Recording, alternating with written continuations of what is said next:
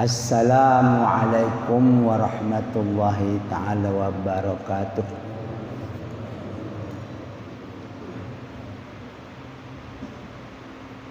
Sebelum kita memulakan pengajian kita, mari kita bersama-sama mengirimkan Fatihah kepada almarhum saudara kita, imam rawatib kita, Bapak Haji Jaya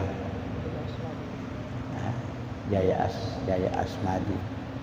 Al-hadiniyah wa kullu niyatin sholihah wa ila tuatin nabil mustafa Rasulillah sallallahu alaihi wasallam. Al-Fatihah. A'udzu billahi minasyaitonir rajim. Bismillahirrahmanirrahim.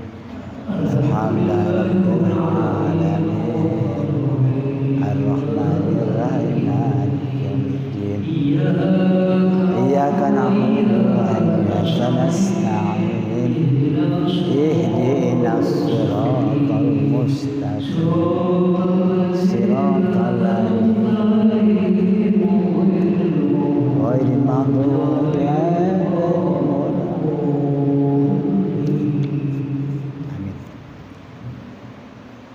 Bismillahirrahmanirrahim. Alhamdulillahirabbil alamin. Wassalatu wassalamu ala asyrafil anbiya'i wal mursalin Sayyidina wa maulana Muhammadin wa ala alihi wasahbihi ajma'in. Amma ba'du. Bapak-bapak, ibu-ibu, pada malam hari ini tema pelajaran kita ialah berbakti kepada kedua orang tua dan menyambung hubungan famili. Bismillahirrahmanirrahim. Wa qala ta'ala wa wassaynal insana biwalidayhi husna. Dalam surah Al-Ankabut disebutkan, kami telah memberikan wasiat kepada manusia untuk berbuat baik kepada kedua orang tua.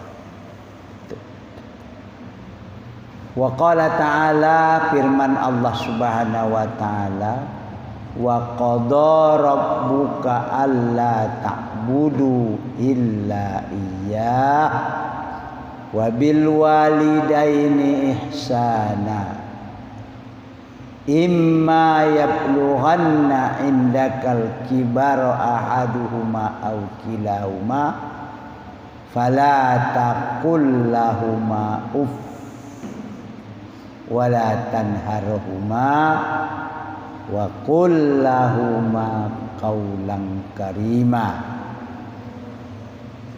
wakhfid lahuma janahad dulli minar rahmah wa qur rabbirhamhuma kama rabbayani shaghira. Artinya, dan Tuhanmu telah memutuskan agar kamu tidak menyembah kecuali kepadanya, dan berbaktilah kepada kedua orang tua dengan sebaik-baiknya. Berbakti kepada orang tua dengan sebaik-baiknya. Bakti kepada orang tua ini enggak ada batasnya. Ketika mereka masih hidup, wajib kita berbakti. Sudah mereka tidak ada, wajib juga kita berbakti. Hanya terkadang zaman ini telah berubah. Hati-hati anak-anak ya, susahnya mendidik anak-anak sekarang ya. Itu kalau ayah ibu memanggil anak atau menyuruh anak pergi ke warung atau sesuatu, wajib itu dilaksanakan. Sekarang luar biasa. Sekarang anak-anak kita telah membandel. Jarang anak-anak yang mau disuruh orang tua. Padahal wajib hukumnya, Pak. Wajib. Ya Allah.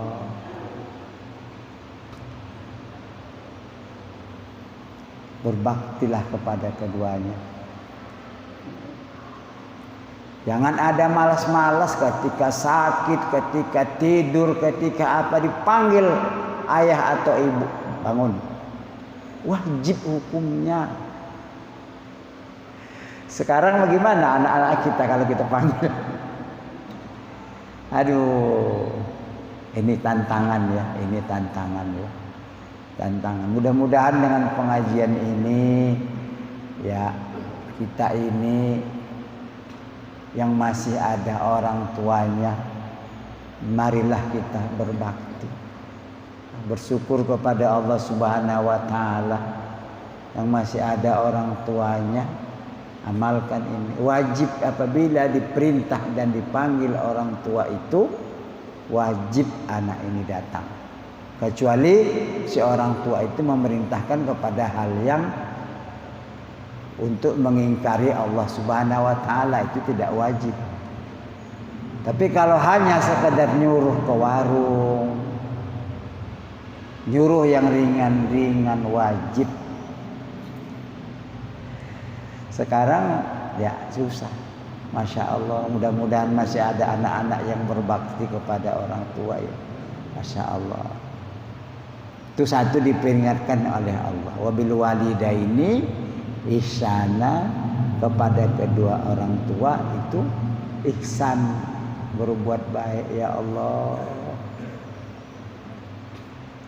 Lebih wajib kita berbuat baik kepada ayah ibu kita daripada istri dan anak-anak kita. Pada satu hari ketika zaman Rasul, datang seseorang laki-laki ngadu kepada Nabi. Kata laki-laki itu apa? Ya Rasulullah, ayah saya telah menzalimi saya ya Allah. Ya Rasulullah, ayah saya telah menzalimi saya. Dan Nabi mengatakan, kenapa? Apa yang dijalinya kamu? Harta saya diambil ayah saya. Kata si pemuda ini kepada Rasulullah. Apa jawab Nabi? Anta wa maluka li abika. Engkau sendiri dan hartamu milik ayahmu. Jangan merasa sombong anak-anak muda yang udah gajinya gede. Yang udah gajinya gede. Merasa sombong anak muda, jangan.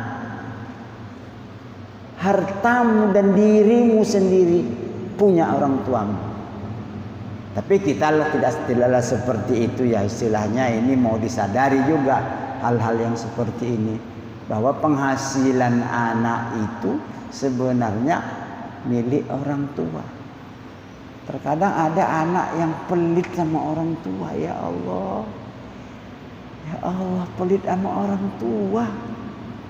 Nabi mengatakan anta wa maluka li abika. Engkau dan hartamu itu punya ayahmu, bukan punya engkau. Pahamkan ini Pak, pahamkan ini Pak. Ini dipahamkan benar-benar ini. Ya. Betapa Rasulullah menganggap martabat ayah ibu itu sangat tinggi. Sampai begitu Nabi mengatakan. Hati-hati ya anak-anak muda yang gajinya gede. Gajinya gede ini segala macam. Utamakan ayah ibumu. Utamakan orang tuamu. Jangan karena udah gaji gede apa segala macam. Lupa orang tua. Ada kisahnya. Seorang yang ahli ibadah pada zaman Nabi, ya kan? Ya Allah, Sa'labah.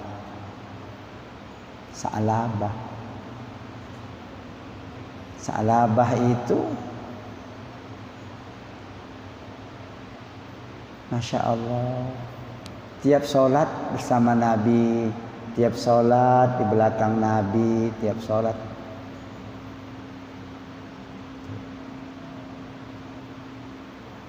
Tapi pada satu hari Nabi nyari Sa'labah.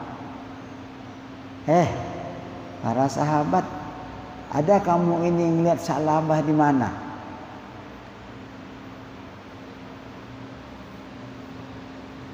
Sahabat bilang, ya Rasulullah, di lapangan ono yang sekarang beternak kambing, sapi, unta, itu Sa'labah semuanya. Wah, sekarang berarti Sa'labah udah kaya ya. Nabi minta zakatnya. Nah, kalau udah kaya, Nabi minta zakatnya, sodakohnya. Disampaikan oleh sahabat. Sa'labah kirim salam, Nabi berkirim salam kepadamu, wahai Sa'labah. Waalaikumsalam. Minta agar supaya binatang ternakmu ini dibayar zakatnya. Sa'labah bilang apa? Saya pikir-pikir dulu. Jangan main-main itu bahasanya itu. Kepada Nabi tidak boleh ada saya pikir-pikir dulu. Wajib laksanakan. Nabi kalau sudah memerintahkan, wajib. Akhirnya pada tahun itu juga Nabi meninggal. Sa'labah tidak sempat membayar zakat hartanya. Ini harus hati-hati nih zakat harta ini Pak. Kemudian digantikan kepemimpinannya oleh Khalifah Abu Bakar.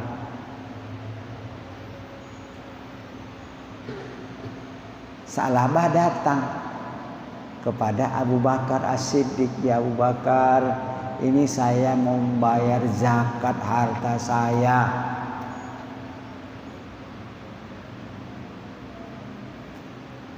Apa jawab Abu Bakar? Terima zakat itu apa enggak? Abu Bakar mengatakan, saudaraku, sahabatku tidak menerima zakatmu. Bagaimana aku bisa menerima zakatmu? Bahasanya halus tapi tajam. Akhirnya Sa'labah panjang umur. Abu Bakar meninggal, khalifah ganti dengan Khalifah Umar ibn Khattab. Datang lagi ini Sa'labah kepada Khalifah Umar ibn Khattab mau bayar ini zakat harta ini. Apa jawab Umar ibn Khattab? Kata dia, kedua sahabatku tidak menerima zakat hartamu. Bagaimana saya mau menerimanya? Hati-hati itu orang yang pelit-pelit itu. Hati-hati yang pelit-pelit itu. Tuh. Akhirnya Sa'labah tidak dapat membayar zakat hartanya dan mati dalam keadaan seperti itu. Na'udzubillah min zalik. Inilah berbahayanya harta ini Pak. Harta ini bahayanya itu. Kalau kita tidak bisa kendalikan harta ini dengan baik, bisa menjadi berbahaya kepada orang yang punya. Nah, kita kembali kepada pelajaran kita tadi, ialah untuk menghargainya kan.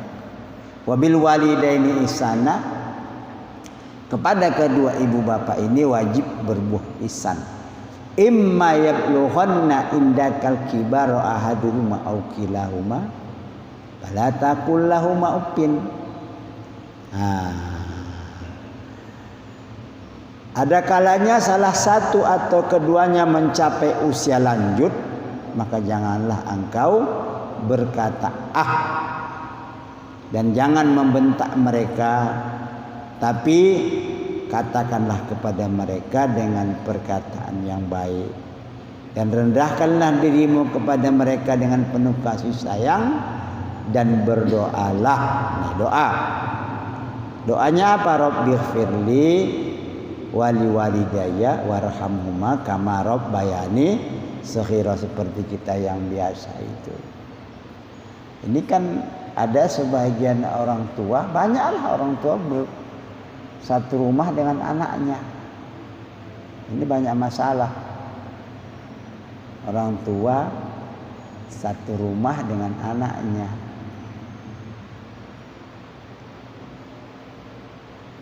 Banyak masalah. Terutama dari istri. Kalau anaknya laki-laki, masalahnya masalah dari istri. Kenapa? Karena kurang pelajaran agama. Kurang pelajaran agama. Begitu yang terjadi. Untunglah agama Islam kita ini menekankan pentingnya mengasihani orang tua. Kalau agama-agama lain, Pak, agama-agama lain, Pak, saya lihat di mana-mana itu orang tua udah diantar ke panti-panti asuhan. Anaknya kaya-kaya diantar ke panti asuhan. Panti asuhannya mewah, ber-AC, mewah segala macam. Tapi si orang tua ini dia tidak betah di panti asuhan. Makannya enak, apanya enak. Dia pengen bergaul dengan cucunya. Tapi ini mantu nggak mau nerima. Tapi kita orang Islam begitulah ya. Jadi Masya Allah terjadi di rumah kita ini. Fala takul, jagalah. Karena keberkahan kedua orang tua itu adalah keberkahan hidup kita. Barang siapa yang berbakti kepada kedua orang tuanya semasa masih hidup, insya Allah setelah orang tuanya mati nanti rezekinya akan Allah bukakan. Makanya wabil walidaini ihsana. Sekarang ini apalagi udah macam-macam dah kita dengar ya. Ada anak menuntut orang tua. Ada anak memasukkan orang tua ke dalam penjara. Ada anak membunuh orang tua bahkan. Nauzubillah min dzalik.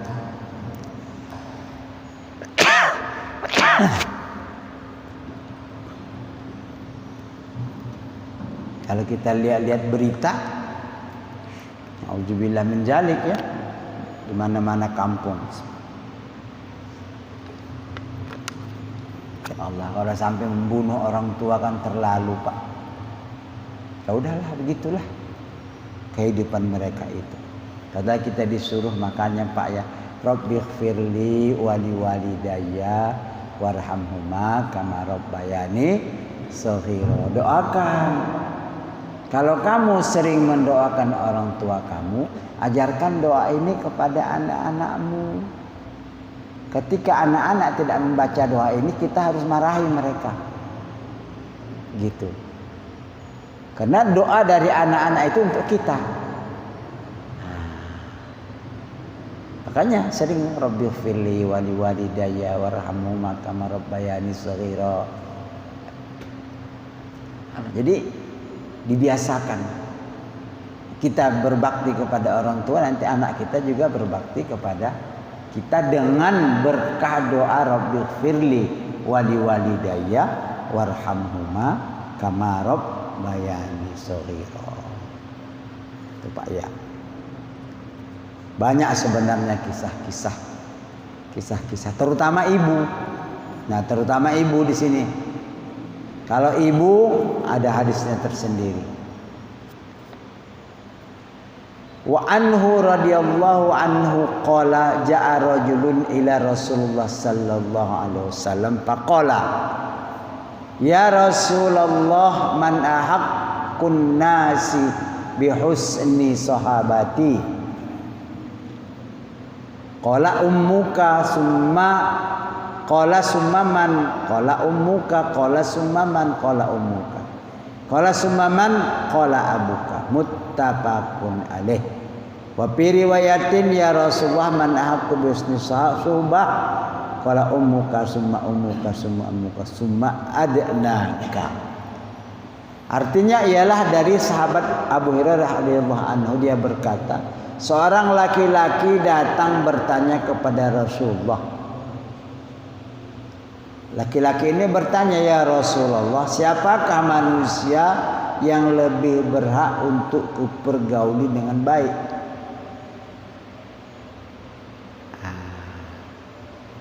Siapa ya Rasulullah yang baik? Rasul mengatakan ummuki, ibumu.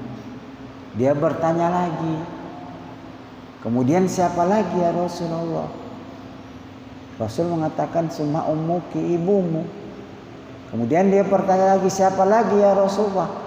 Ummuki. 3 kali Rasul mengatakan ibumu. Insyaallah. Bihusni sahabati, untuk aku berbakti kepadanya. Kemudian yang keempat baru abuka, ayahmu yang keempat. Jadi martabat ayah masih di bawah ibu di dalam berbakti anak-anak kepada orang tua. Makanya muliakan ibu, keberkahan pada ibu itu banyak. Allahu Akbar. Ya, biasanya ibu-ibu yang dekat dengan anak, kita ya minum susu dari ibu, kemudian ya kasih sayang dari ibu, dan semuanya itu dari ibu. Makanya kalau ada orang dalam dunia ini durhaka kepada orang tua dalam dunia, dia mendapat siksa 2.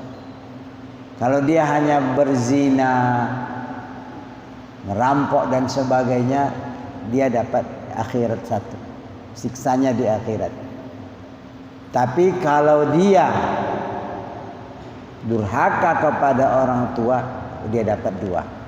Di dunia dia dapat siksanya, di akhirat dia dapat siksanya. Auzubillah min zalik. Ya jangan sampai kita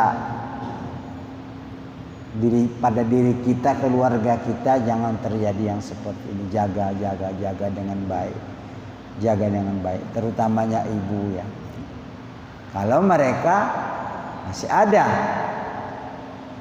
Kalau mereka enggak ada, ya tetap jalan kita. Rabbighfirli wa liwalidayya warhamhuma kama rabbayani shaghira. Sama kita mengucapkan doa itu ketika mereka masih hidup ataupun kita atau mereka sudah mati, nyampe dia menerima. Rabbighfirli wa liwalidayya, ya Allah ampunlah dosaku dan kedua ibu bapaku, warhamhuma, sayangilah keduanya, kama rabbayani shaghira, sebagaimana mereka menyayangi aku pada waktu aku kecil dulu. Terus kita baca, terus jangan putus-putusnya, Masya Allah. Itu Pak ya. Jadi ketika mereka hidup wajib kita berbakti. Tapi lebih berat ketika masih hidup. Perintahnya wajib kita taati, kita patuhi. Masya Allah. Bapak-bapak ini, anak-anak muda terkadang nggak sabar kalau orang tuanya udah tua, ngomel mulu. Nggak boleh ada yang salah sedikit. Kadang anak-anak nggak sabar. Ini yang harus kita sebagai anak-anak kita sadari, bahwa sifat-sifat orang tua kita seperti itu. Sabar, berbakti kepada orang tua, karena ini adalah perintah Allah Subhanahu wa ta'ala. Masya Allah, Pak. Jadi betapa pentingnya di sini ya kedua orang tua itu, terutama ibu.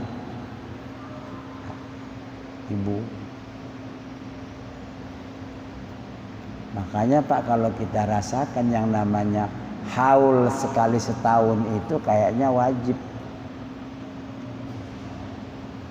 Harusnya setiap hari haulnya. Kenapa sekali setahun, harus setiap hari? Mereka mendidik kita setiap saat 24 jam waktu kita masih. Ini sekali setahun haulnya. Tapi nggak apa-apa lah, yang penting ada peringatan haul, ya, mengingat, mengenang jasa orang tua ini kepada kita. Masya Allah.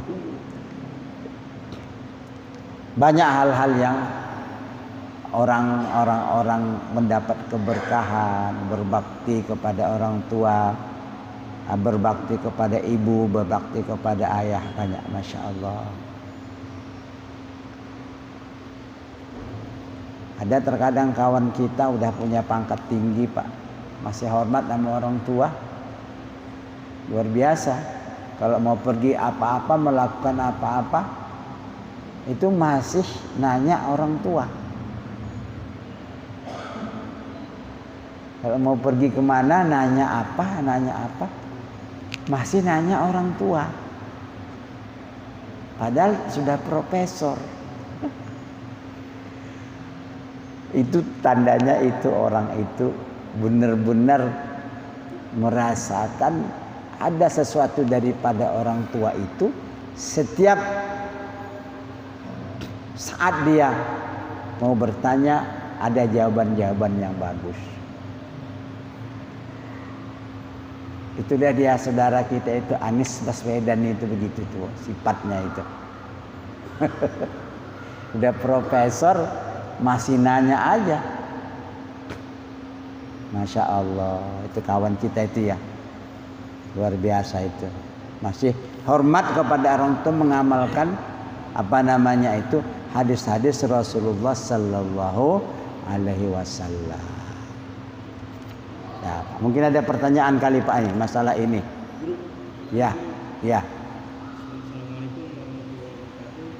Waalaikumsalam. Anak durhaka sama orang tua. Ada nggak orang tua yang durhaka sama anak? Karena maaf, satu nggak pernah ngasih pendidikan agama kepada anaknya, terus tidak mengajarkan kebaikan dan ilmu agama, itu termasuk orang tua durhaka atau tidak? Ya. Ada nggak? Saya tanya kalian ya. Iya. Tunggu ini. Pertanyaan saya ya. Keluarga Nabi. Ada anak sangat berbakti kepada orang tuanya. Sangat berbakti kepada orang tuanya, mau minta apa aja dibeliin lah. Alhamdulillah. Berbakti sekali dia. Tapi anak itu rentenir, bagaimana itu hukumnya, Bu? Anak itu rentenir mau ngasih uang, apakah orang tuanya apa berdosa juga ya? Tapi dia berbakti sama kali. Berbakti Ya. benar-benar dia. Apa aja dibeliin dah. Tapi anak itu rentenir. Gimana hukumnya, Bu? Ya. Mohon jelaskan. Ya, tadi. Adakah tadi kan kita cerita anak durhaka sama orang tua. Jangan, karena wajib ihsanah. Sekarang ini ada nggak anak yang ayah yang durhaka sama anak? Itu pernah terjadi pada zaman Rasulullah. Ditegur Nabi, engkau telah berbuat zalim kepada anakmu, telah berbuat durhaka karena engkau tidak ajari dia agama. Jadi orang tua yang tidak mengajari anaknya agama itu termasuk durhaka sama anak. Jadi kalau tadi kan konteks kita seorang laki-laki ngadu kepada Rasulullah yang tadi itu. Seorang laki-laki ngadu kepada Rasulullah. Ayah saya ngambil harta saya ya Rasulullah, diambil aja. Terus Nabi mengatakan, anta wa maluka li abika. Engkau dan hartamu punya ayahmu. Tuh. Nah kalau ini case-nya ini, anak ini tidak diajari oleh orang tuanya agama. Nah ini orang tua bermasalah ini. Hati-hati Pak ya. Ya alhamdulillah lah istilahnya, kalau kita zaman dulu memang tidak diajari oleh orang tua, sekarang dengan terbukanya pengajian seperti ini alhamdulillah. kita duduk di majlis-majlis taklim seperti ini. Alhamdulillah. Jadi jangan durhaka sama anak, karena tidak mendidik mereka agama, itu aja masalahnya, durhaka sama orang tua. Nah, tadi masalah Ustaz Mahfuz itu ialah seorang anak berbakti banget sama orang tua. Berbakti. Semua apa yang diperlukan orang tua dia penuhi. Mau apa, makan minumnya cukup, rumahnya cukup, apanya cukup, segala macam. Tapi tadi masalahnya uang yang diberikan kepada orang tua ini hasil rentenir. Nah, ada dua di sini. Kalau si ayah, si orang tua tahu bahwa anak rentenir ini dia terlibat, ini dia bekerja sama, itu terlibat, dia bekerja sama dengan anaknya. Harusnya dia begitu dia tahu anak ini ada rentenir, wah nggak mau, saya nggak mau. Harusnya begitu.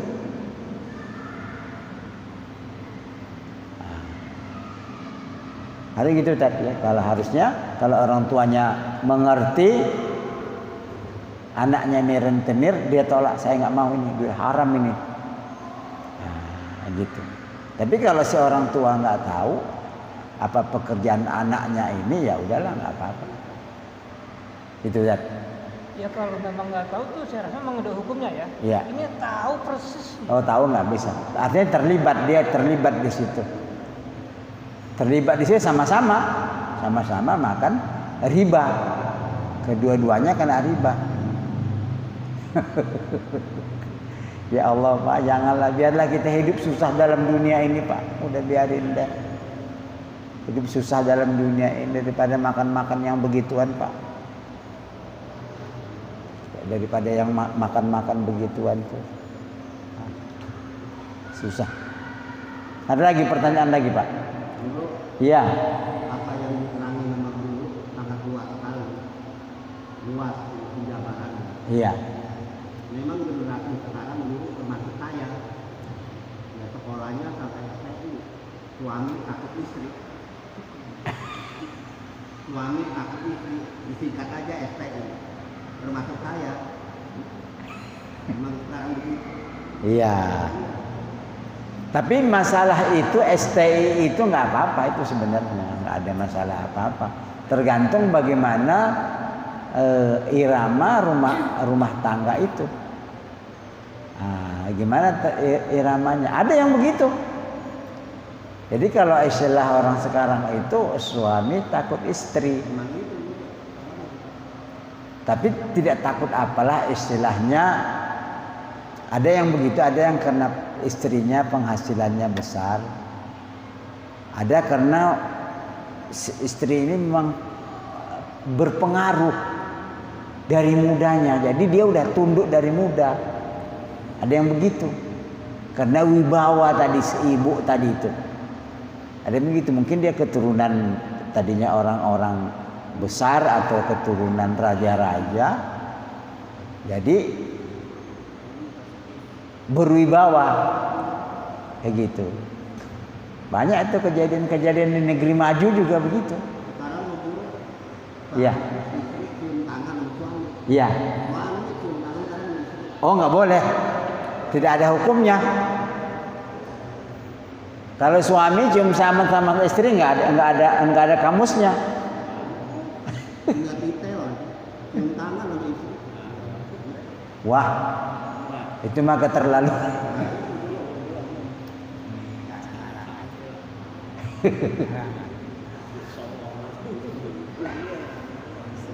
Saya belum pernah melihat itu. Kalau sekiranya terjadi, mungkin bisa terjadi. Mungkin. Kalau saya lihat, tapi ini orang-orang kerajaan, orang-orang pembesar-pembesar yang istrinya Perdana Menteri, oh yang istrinya wakil raja, itu suaminya terus memang nggak ada. Bisa tuh. Tapi itu udah terlalu itu kalau suami cium tangan sama istri, waduh. Pengetan itu udah. Kalau kami menjadi imam perempuan, laki jadi makmum. Ah itu. Ada itu sekarang ada. Ya, coba aja berubah jadi media massa. Banyak itu sekarang. Cuma dia enggak secara terbuka, terselubung. Nah, bininya pintar, dia jadi imam. Untuk wilayah Bekasi. Oh ada itu ya? Bekasi. Untuk wilayah Kabupaten Bekasi dan kota udah ada. Bisa. Kota dan kabupaten. Iya. Saya nanya dulu masalah haul ya. Haul biasanya kan dikerjakan 1 tahun sekali. Iya. Itu ada pembacaan Al-Quran dan kemudian dipungut fidyah. Kadang-kadang orang itu, saudara saya sih bukan, setiap tahun tuh ngangkat fidyah 120 liter ya, 2 kali. Bertahun-tahun itu guru. Sedangkan dia kan fidyahnya kan berlakunya cuma puasa doang. Iya. Untuk sholat kan nggak berlaku. Enggak. Jadi itu kira-kira kelebihannya begini. Begini. Saya itu yang paling sering ngangkat fidyah. Kalau di RT 3 itu ada fidyah masih saya orang Pak. Gini Pak. Konsep kita tentang fidyah ada yang kalau orang mampu dia mampu. Fidyah itu begini, masih ada waktu. Fidyah itu begini, setiap 1 hari meninggalkan puasa, fidyahnya 6 on. 1 hari 6 on. 10 hari berapa? 6 kilo. Iya kan? 6 kilo. Kalau 100 hari meninggalkan puasa 60 kilo. Makanya saya kalau menghitung beras yang 50 kilo itu meninggalkan puasa 90 hari. Kalau 2 karung 180 hari. 180 hari kan satu bulan Ramadan 30 hari. Adakah dia tidak puasa selama Ramadan itu? Kan enggak, paling sekali. 2 kali. Nah, jadi ini yang kelebihan ini, yang fidyah itu telah terbayar, dia terbayar ya Kak. Tadi fidyah 6 on ya. Karena fidyah ini sifatnya begini Pak. Umpamanya seseorang, katalah perempuan ya, meninggalkan puasa pada tahun yang lalu itu 6 hari. Setiap meninggalkan puasa diberikan kesempatan sampai bulan Sya'ban untuk mengqadha. Tetapi dia gagal mengqadha sampai bulan Sya'ban, masuk bulan Syawal, dia kena denda. Dia kena denda 1 mud, 1 cupak 6 on. Nah, kalau bulan berikutnya dia tidak bayar juga puasanya itu, dia naik menjadi 2 cupak. Andai kata 10 tahun berlalu, begitulah. Makanya tergantung bagaimana kita menghitungnya. Ini begini Pak, kalau orang-orang ahli puasa mah jangan fidyah, ngapain sih?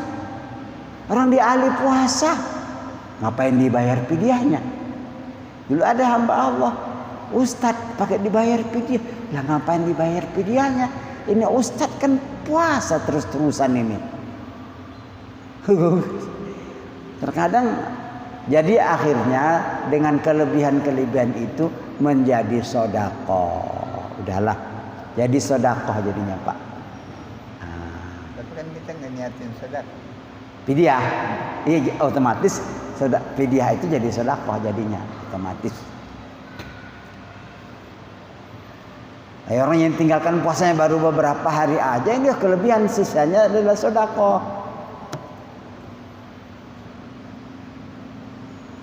Nah, gitu Pak, Masya Allah. Tapi bagus bayar fidyah, jangan tidak bayar fidyah. Bayar, takut ada kesilapan. Karena tadi ada denda-denda. Mungkin pada waktu muda dulu, perempuan sampai umur 15, belum juga qada puasanya.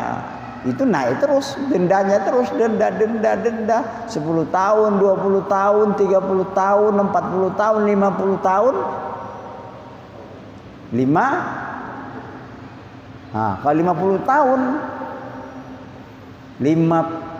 5 kali 6 on. Itu yang harus dipenuhi karena denda ini. Itu puasa itu. Itu sebenarnya yang dilakukan oleh orang sini. Tapi sebenarnya fidyah itu sekali aja udah ini serahkan sekali. Ada juga yang dorong itu kerjaan saya itu mah. Tapi saya dapat dalilnya. Nah, saya tahu dalilnya. Kenapa ini didorong begini? Saya waktu mengatakan fidyah ini, Pak, fidyah ini serahkan kepada saya. Ini udah beras saya. Kemudian saya serahkan kepada Ustadz Mahfud. Ini beras Ustadz Mahfud. Kalau dia mau bawa pulang, nggak apa-apa, ikhlas. Kemudian Ustadz Mahfud mau nolong orang ini, begitu ceritanya. Ya, saya mau tanya lagi ya. Iya. Pada jelasin ya. Ini pernah terjadi juga nih. Pada saat dia bikin fidyah itu kan dulu nggak ada bambu sama parangan tuh ya, dorong-dorong. Itu sampai ribut, karena saya juga belajar, karena itu kan hukumnya adat, tidak berdasarkan hukum, ya gak? Sampai ribut itu. Tapi kalau memang itu nggak ada yang buat dorong itu, sah nggak dengan ijab kabulnya aja, tanpa dorong itu? Tetap sah. Ya. Karena kan kalau dorong itu kan nggak berdasarkan hukum, adat kan? Sah, adat itu nggak berdasarkan hukum. Ya. Tapi yang sah kan harus ijab kabulnya. Ya. Sampai ribut tuh, mohon dijelaskan itu. Itu sah. Berarti Ustadz Mahfud tadi mengatakan sah. Yang didorong itu juga. Tapi syaratnya kalau yang didorong ini, kalau saya kasih tahu, Pak, ini ada kawan kita 7 orang nih Pak ya. Jadi beras ini pihak keluarga telah menyerahkan kepada saya. Ini beras saya sekarang ini, saya punya. Karena dilepas dari pihak keluarga ini, udah mereka sudah ikhlaskan untuk membayar fidyah. Hanya beras saya ini saya serahkan kepada Ustadz Mahfud dengan syarat kalau dia mau bawa pulang beras ini bawa, tetapi dia mau nolong ini orang yang meninggal ini. Jadi begitulah akhirnya terjadi sama-sama kawan kita. Itu namanya istilah hilah, memang ada di dalam kitab fikih itu. Ada masalah dorong-dorong itu istilahnya adatnya. Ya kalau yang seperti tadi itu nggak pakai dorong-dorong ya nggak apa-apa. Sah ya? Sah. Ya? Boleh ya? Iya boleh. Itu sampai terjadi ribut itu karena nggak ada dorongan itu ribut itu. Iya. Itu kan adat. Iya. Adat. Iya. Berdasar hukum kan gitu. Iya. Yang berhukum kan ada ijab kabul. Ijab kabulnya. Tapi boleh ya saya? Boleh. Boleh aja ya? Boleh. Nggak apa dorong gitu ya? Nggak usah. Nggak apa-apa. Itu Pak Erlan ini istrinya baru meninggal nih, Pak Erlan ini. Dia sekali aja bayar fidyah semuanya, belikan 100 kilo, bungkus selesai. Itu yang afdol itu. Itu yang paling afdol, nggak ada dorong. Jadi puas sudah ngasih orang itu. Dan ini pun istrinya orang solihat, mungkin puasanya baru tinggal berapa hari, bayarnya lebih, sisanya sedekah. Kayak gitu. Jadi fidyah itu kalau terlebih bayaran fidyahnya jadi sedekah untuk orang arwah itu. Gitu Pak ya. Ada lagi pertanyaan lagi? Amir.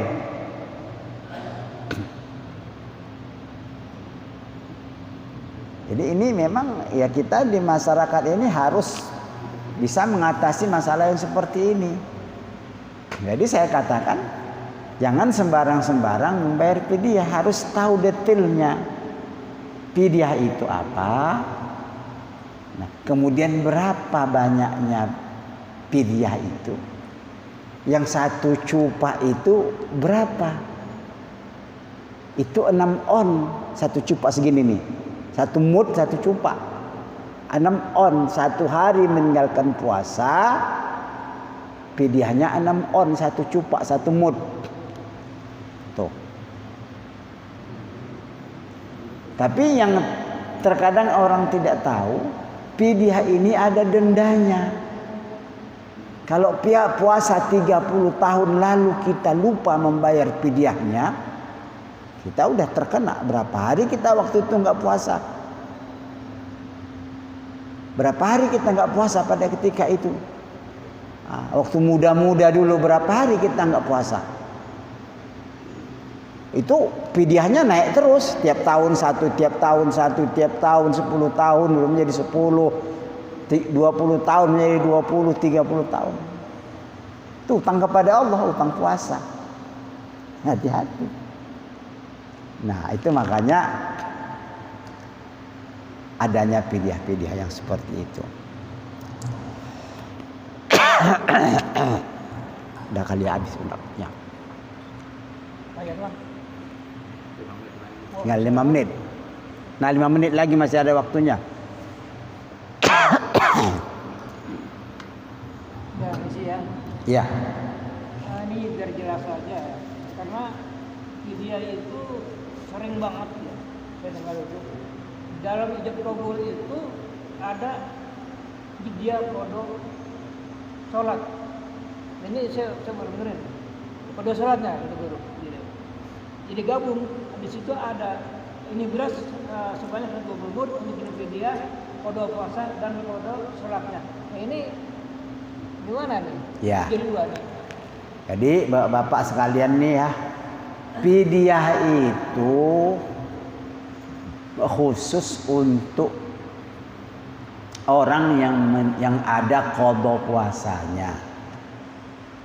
Yang ada qada puasanya. Gitu. Coba ingat dulu waktu kita muda dulu umur 15, ada nggak ninggalin puasa? Ya Allah, saya waktu itu umur 15 tahun nggak puasa sekian. Sekarang baru ingat, hitung, bayar dendanya. Gitu. Jadi fidyah untuk sholat tidak ada, Pak. Ya, fidyah sholat tidak ada. Jangan bayar tuh fidyah sholat. Ngapain dia? Nggak ada fidyah sholat. Biar didengarin. Ya. Biar didengarin. Iya. Fidyah sholat tidak ada. Tapi kalau fidyah puasa itu ada, lebih baik disisakan. Karena kita khawatir waktu kita umur muda dulu kan namanya anak muda, terpengaruh sama kawan nggak puasa. Apalagi musim-musim sekolah. Nah, udah bayar belum tuh fidyahnya itu? Puasanya itu. Nah, itu tujuannya itu fidyah itu sebenarnya. Jadi kode sholatnya nggak ada ya? Nggak ada. Qada sholat tidak ada fidyahnya. Titik guru. Titik. Kalau qada puasa memang ada. Ya. Kode sholat nggak ada ya? Ya. Ya. Sekianlah pengajian kita. Wallahul muwaffiq ila aqwamit thoriq. Subhanakallahumma bihamdika asyhadu an la ilaha illa anta astaghfiruka wa atubu ilaik. Wa sallallahu ala sayyidina Muhammadin wa ala alihi washabbihi wasallam. Alhamdulillah rabbil alamin.